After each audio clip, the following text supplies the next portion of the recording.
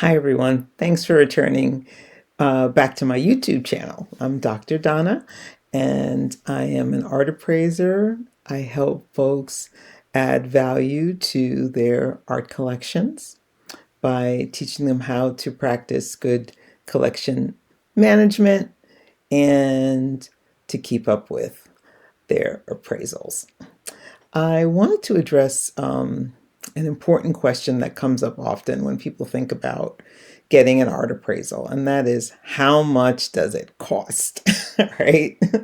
Bottom line, what is this going to cost me? Well, I promise you, it's not going to be a bankruptcy. Okay. Honestly, the cost for an appraisal is going to depend on a few things. Number one, it's going to depend on the scope of work, right? Whether you're having one item appraised, 10 items appraised, or 1,000 or 10,000 items appraised. The scope of work is going to determine the cost. Most appraisers ask for an hourly rate for their services. Some also do a flat rate, right? And again, it's going to depend on the scope of work for the project.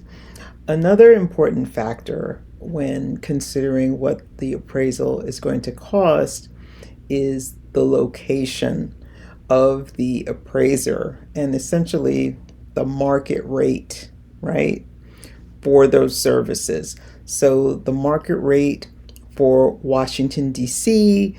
is going to look different than the market rate for Buffalo, New York. You get the gist of it, right? A Los Angeles, California, a rate for an appraisal is going to be maybe comparable to New York City, but different from Memphis, Tennessee, or Anchorage, Alaska, right? So location, location, location is also a key factor for what it's going to cost, okay? One of the key components of producing an art appraisal is the research time, okay? The research time behind producing a argument for the valuation of the artwork, the valuation of the artworks. So as much as appraisers have the educational background and familiarity with the art market, have honed their skills to an excellent level, right, in the field, the time factor is also key in deciding what the final price is going to be for the appraisal, right? How the communication flow of getting all the data that's needed to come up with an opinion of value. So these are the kind of factors that make a difference in what the appraisal is going to cost you. I think my advice for folks who are considering getting an appraisal would be, number one, make sure that you go to one of or two of the top 3 Appraisal Association member directories, right? And talk to people who do appraisals based on the type of work you want and objects that you want appraised, right? And just get an idea of what the pricing is like, right? How the appraiser approaches the work. Get a firm foundation on what the scope of work is for your project, okay?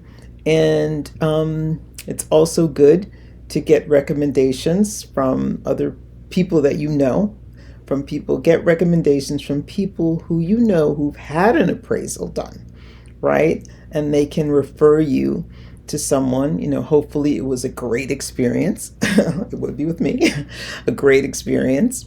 And they would be open and willing to give you the name of that person based on their excellent experience of service with them.